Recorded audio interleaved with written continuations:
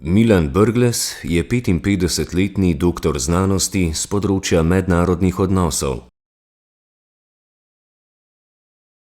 Kandidira s podporo stranke Socialni demokrati in Gibanje Svoboda.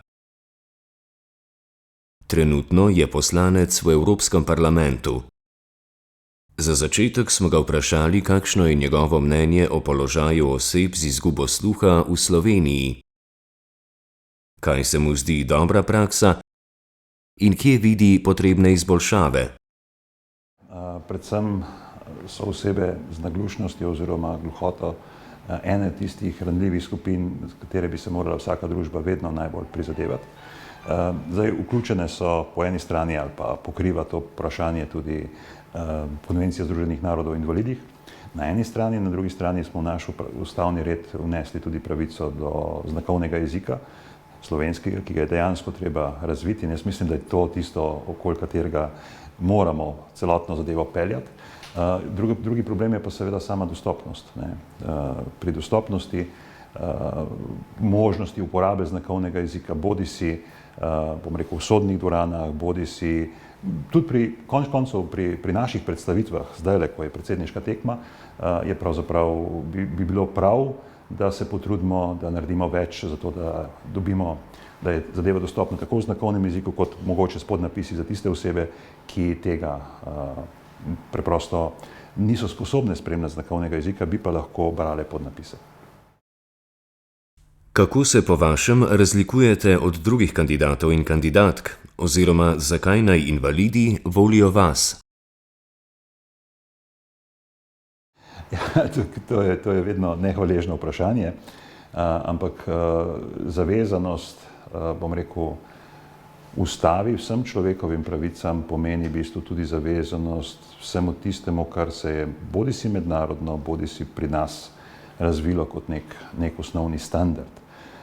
In varovanje pravic invalidov je takšna zadeva. To sem počel že kot predsednik Državnega zbora, to sem počel kot evropski poslanec.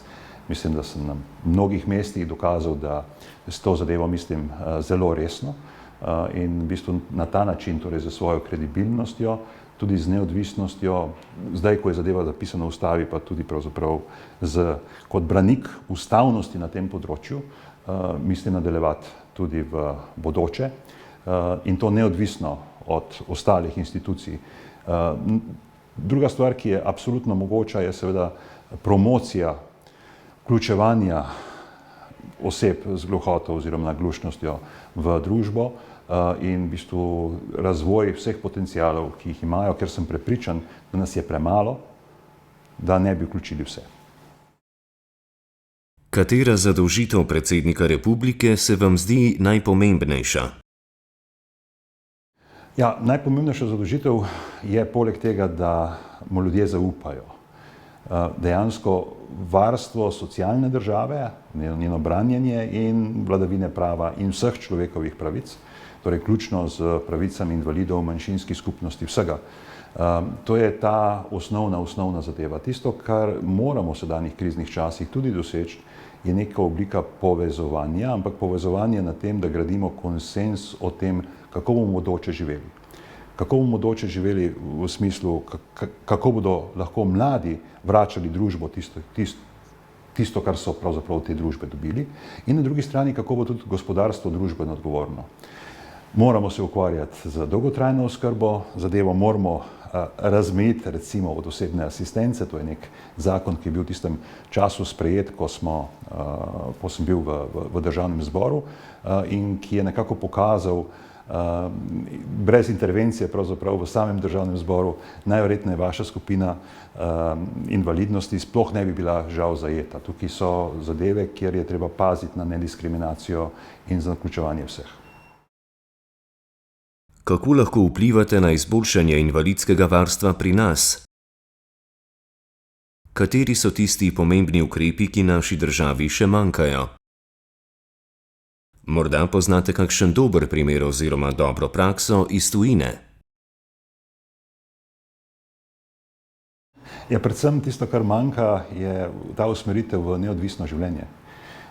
Ta je tista ključna zadeva, ki je tudi v sami konvenciji, torej neinstitucionalizirane zadeve, vključevanje v družbo, dejansko ni prilagoditev na splošno invalidnostim, različnim oblikam, ampak tudi, kot sem že prej povedal, v bistvu tudi tem, ki bi pravzaprav bile nujne za to, da so ljudje obravnavani enako in tudi naglušni in osebe, ki ne slišijo, da pravzaprav pridejo do vseh državnih institucij na eni strani, vseh oblik, ki jo potrebujejo in potem tudi v samem javnem prostoru. Tisto, kar lahko kot predsednik vsekakor zagotavljam, je, da so vsaj ob nekih dogodkih, da je ustrezno tolmačenje, da so ustrezni podnapisi, da pridejo te zadeve zraven.